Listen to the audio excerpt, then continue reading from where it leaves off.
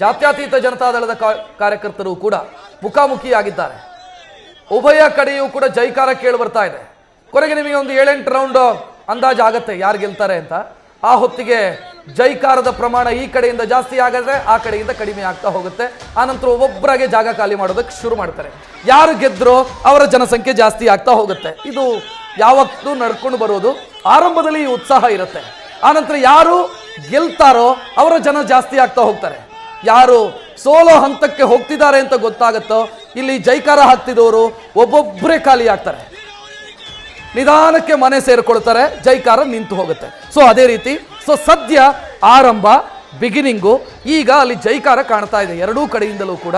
ಸದ್ಯ ನಿಖಿಲ್ ಕುಮಾರಸ್ವಾಮಿ ಮುನ್ನಡೆಯಲಿದ್ದಾರೆ. 1000 ಚಿಲ್ಲರೆ ಓಟುಗಳಲ್ಲಿ ಅವರು ಮುನ್ನಡೆಯಲಿದ್ದಾರೆ. ನಿಖಿಲ್ ಕುಮಾರಸ್ವಾಮಿ ಅವರು ಮುನ್ನಡೆಯಲಿದ್ದಾರೆ. ಜಾತ್ಯತೀತ ಜನತಾದಳದ ಕಾರ್ಯಕರ್ತರು ಬಹಳ ಖುಷಿಯಲ್ಲಿದ್ದಾರೆ. ಗೆಲ್ತೀವಿ, ಗೆದ್ದೇ ಗೆಲ್ತೀವಿ ಅನ್ನೋ ನಿರೀಕ್ಷೆಯಲ್ಲಿದ್ದಾರೆ.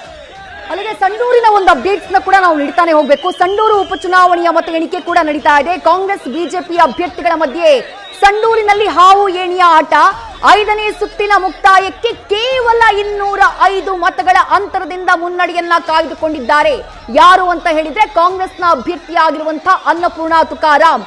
ಕೇವಲ 205 ಮತಗಳ ಅಂತರ, ಅಲ್ಪ ಮತಗಳಿಂದ ಮುನ್ನಡೆಯನ್ನ ಕಾಯ್ದುಕೊಂಡಿದ್ದಾರೆ ಅನ್ನಪೂರ್ಣ ತುಕಾರಾಮ್ ಅವರು.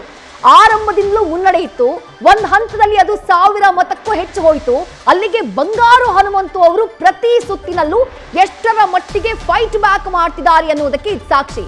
ಈಗ ಇಬ್ಬರ ನಡುವೆ ಇರುವಂತಹ ಅಂತರ 5ನೇ ಸುತ್ತಿನ ಮುಕ್ತಾಯಕ್ಕೆ ಕೇವಲ 205 ಮತಗಳು.